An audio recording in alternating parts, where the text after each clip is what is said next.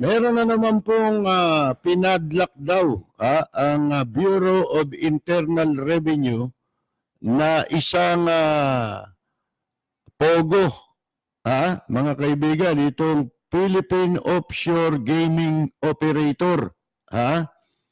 Pinadlock po ng BIR dahil sa kasong tax evasion amounting to around 100 million. Nakita na ninyo, mga kaibigan, ang panloloko dito sa gobyerno. Kung yun nga yung pera ng Bangladesh, nanakaw nila dito pa sila hindi magnanakaw, mga kaibigan, sa dami. Kaya nga sila na-absuelto sa RCBC, di ba? Natatandaan ba ninyo yung 81 million dollars na pera ng Bangladesh, mga kaibigan, nanakaw na-scam doon sa na-hack yung pera, naipasok dito. Yung mga nagnakaw, absuelto. Ang kinasuhan, yung bank manager. Ba't yung presidente hindi nakasuhan? Nag-resign lang sa bangko, mga kaibigan. Nakita na ninyo, isang tao lang nagpapaikot nito dito. Ngayon, ayon dito sa Finance Assistant Secretary ng Department of Finance, di ba? Under nila yung yung pong BIR. Ayon ho kay Deputy Commissioner Arnel Guballa, pinadlock daw po yung head office ng Altec Innovations Business Outsourcing located at Asiana City in Parañaque. Diyan ho, napakarami. Yung area na yan, Asiana sa Makapagalhuyan. Napakaraming dyan, Pogo. At karamihan dyan, walang lisensya. Nagpapanggap na Pogo. Di ba, ikinuwento na natin sa inyo kung paano nila ginagawa yan. Ginagawa po nila yan, halimbawa, kasi ang pagkakaalam natin, more than 40 lang Mahigit lang ho sa ang nabigyan ng lisensya para mag-operate ng offshore gambling. Mga kaibigan, yung online gambling. Pero libo-libo ang nag-o-operate dito sa Pilipinas. Yan pinalayas na sa Ano bang bansa yun? Cambodia ba yun? Mga kaibigan, yung kamakailan, ibinalita natin. Hanggang Disyembre na lang, wala na ho lahat yan. Kaya nag-alisan yung mga inchik na perwisyo ron. Perwisyo yung mga yan Mga kaibigan Kita ninyo ito pinadlock dahil tax evasion. Hindi nagbabayad ng buwis dito. Napapala natin sa mga walang yan. Sipin ninyo, umikot kayo ngayon katakot-takot, pati mga hindi mo isipin nung araw wala Yung mga establishmento dyan lang sa may Pasay yung trade center dyan, mga kaibigan, Rojas Boulevard, yung sa may malapit sa Buendia, nakita ko dati yun parang ghost town yun Nadaanan ko ng gabi minsan lintik po ang lalaki ng restaurant, tabi-tabi. Kung saan-saan nyo na makikita yan, dyan lang sa, na yan, sa may area ng Asiana at saka ng Makapagal, Boulevard. Yung mga parallel na kalye dyan, hanggang sa papunta ron sa MOA, katakot-takot na po ang mga Chinese restaurant. Gano'n sila karami dito? Sipin ninyo. Milyon na yan. Mga kaibigan, milyon-milyon na yan. Iba doon sa report na sinasabi ng immigration. Walang hiyayang immigration. Alam nyo naman mga kaibigan eh. Yan ang involved sa human trafficking eh. Oh, sipin ninyo, puro mga hindi nagsisipagbayad ng buwis. Ha? At yung pinalayas yung mga operator ng online gambling sa ibang bansa, dito, hindi ko matandaan kung Cambodia yan eh. Pinalayas sila sapagkat, mga kaibigan, pinagmumula ng gulo, ng problema, ng krimen. Di ba, nung unang-una pa lang, sinabi na natin yun eh. Ba't dito ginagawa ng mga yan ng krimen nila? Dito sila nangingidnap, ha? Oh, para ipatubos. Ha? Yung sa mga kamag-anakan sa China, ipatutubos. Alam nyo, yung mga inchik ni handler yan eh. May recruiter din sila eh, na sa pagpasok dito eh. Hindi naman sila nagpupunta rito on their own eh. May contact din sila. Kaya human trafficking yan eh. Mga kaibigan eh. Isipin ninyo, pinayagan dito na makapasok. Samantalang nung araw, kasama ho yan sa mga nabibilang na restricted nationality. Kamukha ng mga Bombay na restricted ho yan. Hindi makakapasok dito yan ng walang kaukulang visa mula dun sa country of origin. Mga kaibigan, kung China, dapat kumuha sila ng visa sa ating embassy o sa konsulada natin. Pero ngayon, visa upon arrival. Kaya tiba-tiba itong mga walang hiya dito sa immigration, mga kaibigan eh. Limpak-limpak ang tingnan ninyo, yung binalita natin na mapunta tayo dyan sa immigration na yan. Ito ang laki ng kinikita, yan ang kumikita sa Pogo, baka akala ninyo, mga kaibigan. Hindi ba ang daming mga walang dokumento dyan? O yun lang mga prostitution na nahuli rito. Bakit hindi alam ng immigration yun? Yan ba mga yan, may kaukulang papel? Yung mga prostitute, di ba? Yung mga tilapia na ang mamahal pa, akala mo mga may brilyante, mga kaibigan. Pati mga pumapasada ritong kababayan natin, inagawa na ng trabaho eh. Mga kaibigan eh. Hindi ba? Pati mga prostitute na kababayan natin, pati yun inagawa ng trabaho, mas mahal pa sa kanila. Sabi ko nga sa inyo, minsan eh, narinig ko, nag-uusap yung dalawang inchik, may kausap na isang medyo gurang na eh, pumapasada pa yung ali. Tinatawaran ng 1,000. Isipin ninyo. Samantalang sa kanila pala, may 50,000. Ayan. Bakit hindi subukan nilang raidin ng polis? Yung KTV bar, mas high class po ito. Nandiyan sa loob ng Soler Hotel Casino, mga kaibigan. At saka doon sa Resorts World, meron pang isa ron. Yan ang talagang mga mamahalin. Alam niyo, 30,000, 50,000, wala yan. Kumpara nyo doon sa Soler at saka doon sa Resorts World na nag-ooperate bilang KTV bar. Pero prostitution, mga kaibigan. So ngayon, tignan ninyo, kumikita dito ng limpak-limpak. Itong mga handler ng inchik, may mga handler sila, konektado sa immigration, mga kaibigan. Kaya nalalaman ng immigration, pagka yung, halimbawa, wala nang mga expired na yung kanilang tourist visa. Tourist yan eh. Upon arrival tourist. Na-expire. Di wala na, mga kaibigan. Ito ring immigration, ang maghahatid sa kanila sa airport para makauwi nang hindi sila mahuhuli. Kaya alam nyo, pagka na-overstay dito sa Pilipinas, ang dayuhan, dalawang bagay eh. Pag nahuli ka, pwede kang i-deport. O kaya, pagbabayarin ka ng penalty. Mga kaibigan. Pagbabayarin ka for every number of days na kuwan mo na overstaying ka. Binibilang yan, kinukwenta. At may katumbas na halagang bayad.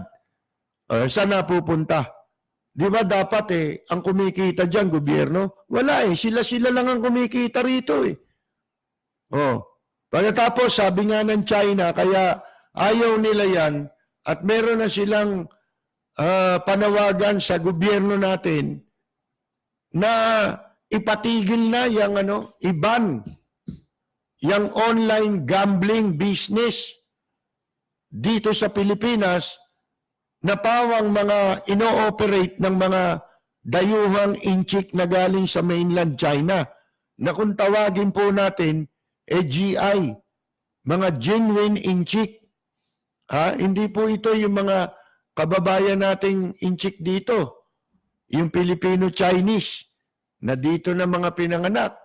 Mga kaibigan, hindi po yan. Sa katotohanan sila man ayaw nila yan mga kaibigan sapagkat yan ang mga may pera, nakakalaban ng kompetensya ng kanilang negosyo. Baka darating ang araw, pati yung negosyo nila ite-take over na ng mga yan. Kaya ang dapat sundan natin yung ginawa nung isang Asian country na ipinagbawal na nila yan. Isipin mo doon sa bansa kung saan pinatigil yung online gambling, diba, nag-alisan, kusang nag-alisan sa kanilang bansa, yung pong mga inchik na nagsisipagtrabaho at saka nag-o-operate ng pogo. Wala na hindi na mag-i-issue, magre-renew ng lisensya yung bansang yun. Mga kaibigan, saan pupunta yan? Dito na naman papasok sa atin yan. Puro katarantaduhan ang gagawin dito niyan. Isipin ninyo, lahat ng nalulugi ang gobyerno, pinayayaman natin ibang tao para kunin yung pera dito. Mga kaibigan, yung buwis hindi doon nga gulo lang Katulad ng ginagawa nila ritong krimen yung mga kidnapping, ayan robbery, mga kaibigan, di ba? No-hold up nila. Yung ganun lang samantalang dito, isipin mo, hindi nagbabayad ng buwis. Ito katunayan, pang ilan na po ito sa sinasabing ni-raid daw nila at hindi nagbabayad. Ito'y 100 million ang hindi nito binabayaran sa gobyerno na buwis.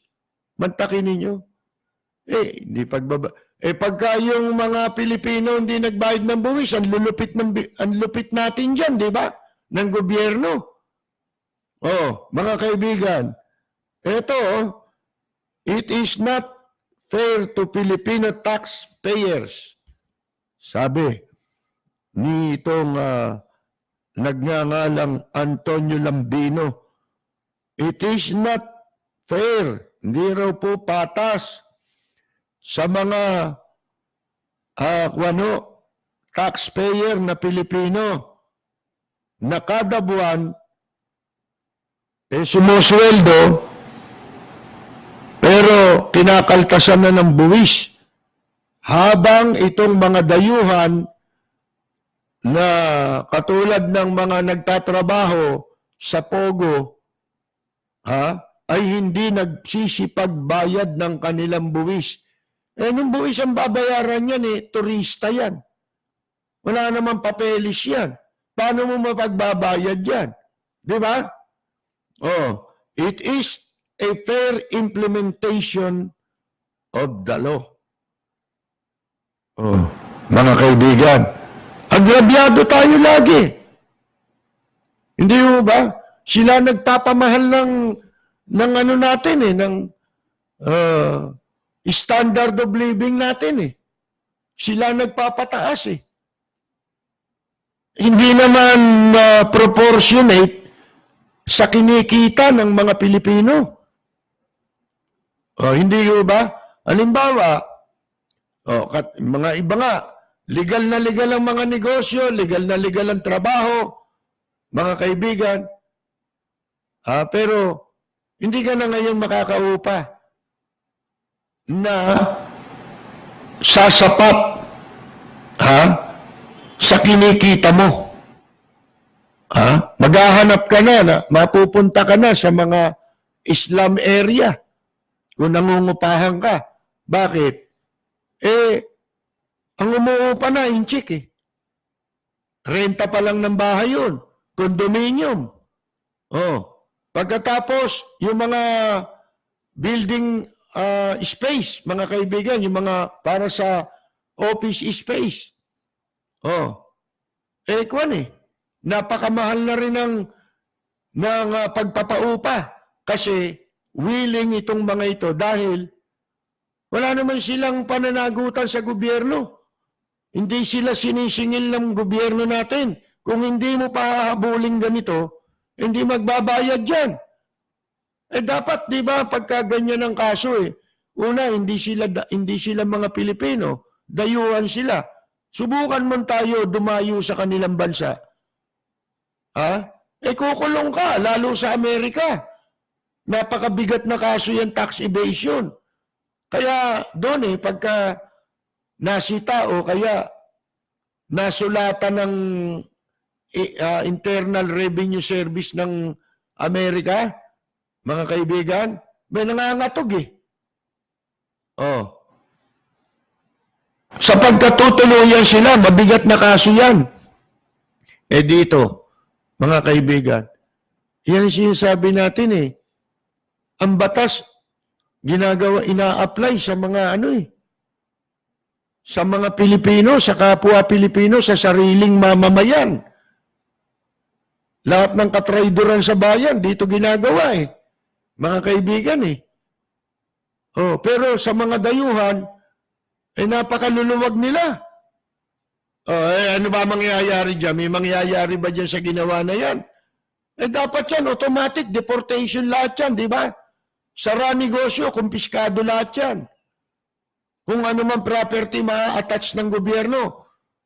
Bukod sa pagbabayari na sila, i-deport pa sila, kukunin pa lahat yan in favor of the government. Mga kaibigan, ba't hindi nyo gawin yun? Bakit napakaluwag ninyo pagdating sa mga dayuhan? Yan ang sinasabi natin. Balikan natin yung Pogo. Binabasa ko kanina Sipin nyo, di nagbabayad ang atraso po sa gobyerno 100 million. We will wait, sabi ho ng BIR, for their documents to be presented to us. It will run to hundreds of millions, but there is no exact figure yet. Ang tanong, wala bang arigluhan ito? Baka mamaya magkaroon ng under the table to. Imbes na ibayad sa gobyerno, bigay ko na lang sa inyo. Baka mamaya ganyan.